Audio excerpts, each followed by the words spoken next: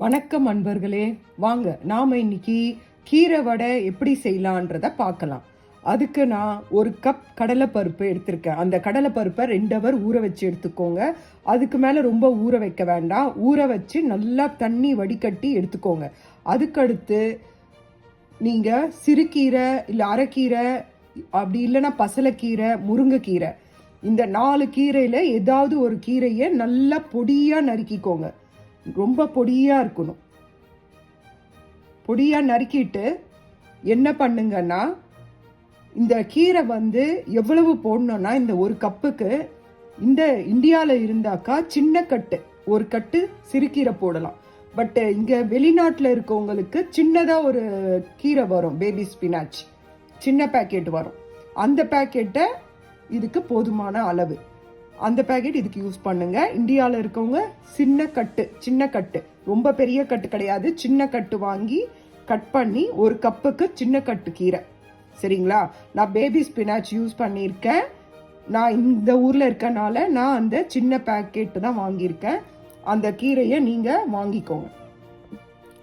ஒரு medium size வெங்காயத்தை நான் நறுக்கி வச்சிருக்கேன்.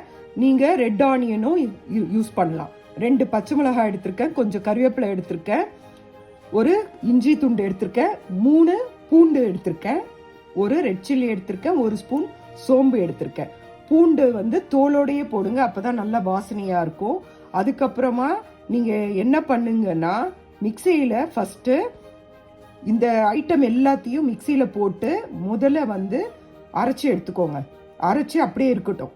இந்த பூண்டு, இஞ்சி, சிகப்பு மிளகாய், பச்சை மிளகாய், சோம்பு இதை மிக்சியில் அரைச்சிக்கோங்க. அரைச்ச பிறகு பருப்பை போட்டு மிக்ஸ் பண்ணி அரைச்சிட்டு ஒரு பாத்திரத்தில் எடுத்து வச்சுக்கோங்க. இப்போது மிக்சியில் நான் உங்களுக்கு காட்டின எல்லா பொருளையும் போட்டுட்டேன். இதில் ஏன்னா இதில் தண்ணி சேர்க்க முடியாது, அதனால் இதில் தான் நம்ம அரைக்கணும். அது அரைப்படாமல் இருக்கும். அதனால் என்ன பண்ணுங்கன்னா, கொஞ்சம் பருப்பை இதில் ஆட் பண்ணிக்கோங்க. ஆட் பண்ணிவிட்டு அரைச்சிங்கன்னா பருப்பு அரைப்படும், அந்த பொருளெல்லாம் அரைப்படும். வாங்க, அரைச்ச பிறகு அதுக்கு அடுத்து இருக்கிற மீதி பருப்பை போட்டு அரைச்சிடலாம். பாருங்க, இஞ்சி பூண்டெல்லாம் எல்லாம் மசிஞ்சாச்சு, மிளகாலேருந்து எல்லாம் மசிஞ்சிச்சு. இந்த டைமில் நாம் எடுத்து வச்சிருக்க கடலைப்பருப்பை இதோட போட்டு நாம் இதை அரைச்சிடலாம். ரொம்பவும் மைய அரைக்கக்கூடாது, கொஞ்சம் கொரப்பாக தான் அரைக்கணும். மைய அரைச்சா நல்லா இருக்காது வடை சாப்பிட்றதுக்கு. இப்போ நான் இதை கொரன்னு அரைச்சி கொண்டு வந்துட்டேன். சரிங்களா? இப்போ பாருங்கள், இதில் நான் கொரன்னு அரைச்சி கொண்டு வந்துட்டேன். இப்போது நாம் நறுக்கி வச்ச வெங்காயம், கறிவேப்பிலை இதில் அதை போட்டுடலாம். அதுக்கப்புறம் நீங்கள் கொத்தமல்லி இருந்தால் கொத்தமல்லி போடுங்க. என்கிட்ட கொத்தமல்லி இல்லை, அதனால் கொத்தமல்லியும் நல்லா பொடியாக நறுக்கி சேர்த்துக்கோங்க. அப்புறமா கீரையும் சேர்த்துக்கோங்க. நறுக்கி வச்ச கீரையும் இதில் சேர்த்துக்கோங்க. நல்லா ஒரு அகலமான பாத்திரத்தை எடுத்துக்கோங்க.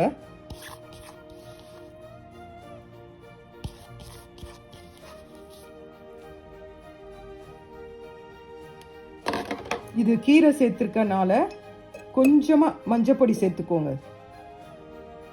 கீரை சேர்த்தனால சேர்த்துருக்கேன். அதுக்கப்புறம் தேவையான அளவு உப்பு, தேவையான அளவு உப்பு சேர்த்துக்கோங்க. அதுக்கப்புறம் இதை நல்லா நாம் கைவிட்டு நல்லா பிசைஞ்சிக்கலாம். நல்லா எல்லா பக்கமும் சேர்த்து நல்லா பிசைஞ்சிக்கலாம். நான் பிசைஞ்சு காட்டுறேன். இங்கே பாருங்கள், இது நல்லா பிசைஞ்சாச்சு. இதில் தண்ணி சேர்க்கக்கூடாது, வாட்டர் சேர்க்கக்கூடாது, வாட்டர் ஆட் பண்ணக்கூடாது. அந்த ஆனியன்லேருந்து வர வாட்டரே இதுக்கு போதுமானது. இப்போது நீங்கள் என்ன பண்ணுங்கன்னா, அப்படியே உருண்டை பண்ணி ஒவ்வொரு உருண்டையாக பண்ணி வச்சுக்கோங்க. உருண்டை பண்ணி என்ன பண்ணுங்கன்னா, அவ்வளோதான், இந்த மாதிரி தட்டி எண்ணெயில் போடுங்க. எண்ணெயில் நல்லா எண்ணெய் கொதிக்கட்டும், நல்லா ஹீட் ஆகணும். ஆயில் ஹீட் ஆனோடனே லோ ஃப்ளேமில் வச்சு நீங்கள் தட்டி ஒரு 4-5 வடை போட்ட பிறகு அப்புறம் மீடியம் ஃப்ளேமுக்கு அதை அட்ஜஸ்ட் பண்ணிக்கலாம். இந்த மாதிரி வடையை தட்டிக்கலாம். ஒன்று ஒன்றா தட்டி வச்சுக்கோங்க பிளேட்டில்.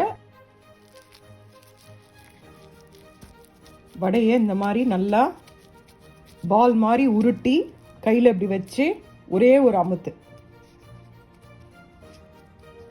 இந்த மாதிரி அமுத்தி அதை அப்படியே ஆயிலில் போடணும். அவ்வளோதான்.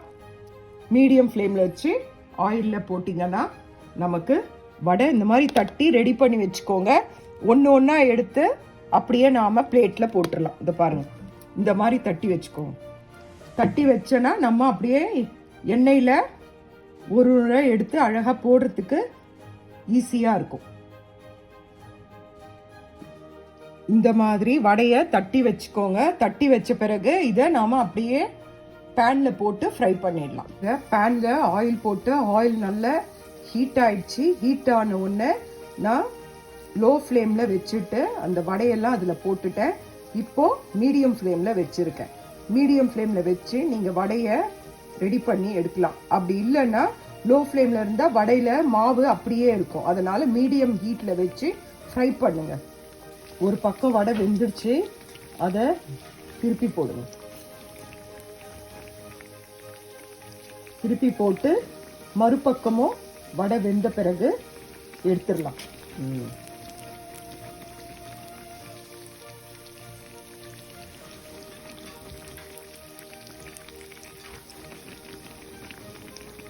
அவ்வளோதான். இங்கே பாருங்க, திருப்பி போட்டாச்சு. பாருங்க எவ்வளோ நல்லா இருக்குன்னு பாருங்க. நல்லா சூப்பராக, நல்லா கிறிஸ்பியாக, ரொம்ப நல்லா இருக்கும் சாப்பிட்றதுக்கு. நீங்கள் இதை ஸ்நாக்ஸாகவும் சாப்பிட்லாம், சாதத்துக்கு தொட்டுக்கிட்டும் சாப்பிட்லாம். செமையாக இருக்கும். எப்பவுமே பருப்பு கம்மியாக இருக்கணும், கீரை தான் நிறைய இருக்கணும் கீரை வடைக்கு. இந்த மாதிரி வடை குத்தியில் ஒன்று ஒன்றா குத்தி எடுக்கலாம். அப்படி இல்லை ஜல்லிக்கரண்டியாலையும் எடுக்கலாம். இதுதான் கீரை வடை. இதை செஞ்சு பாருங்க. இது வெங்காயம் நிறைய சேர்க்கக்கூடாது, வெங்காயம் மீடியமாக தான் இருக்கணும். வெங்காயம் சேர்க்கலைன்னா கூட பரவாயில்ல, வடை செய்யலாம். ஆனால் வெங்காயம் அதிகமாக கூடாது. வெங்காயம் அதிகமாக இருந்ததுன்னா வெங்காயத்துலேருந்து தண்ணி வரும், அப்புறம் மாவு தண்ணி ஆயிடும். அதனால் வெங்காயத்தை கம்மியாகவே சேருங்க, குறைவாகவே சேருங்க. வெங்காயம் ஜாஸ்தி சேர்க்காதீங்க. செஞ்சு பாருங்க. இது ரொம்ப நல்லா இருக்கும் சாப்பிட்றதுக்கு. நல்ல பொறன்னு இருக்கும். நீங்கள் வெறுமனே சாப்பிட்லாம், சாதத்துக்கும் வச்சு சாப்பிட்லாம். இங்கே பாருங்க,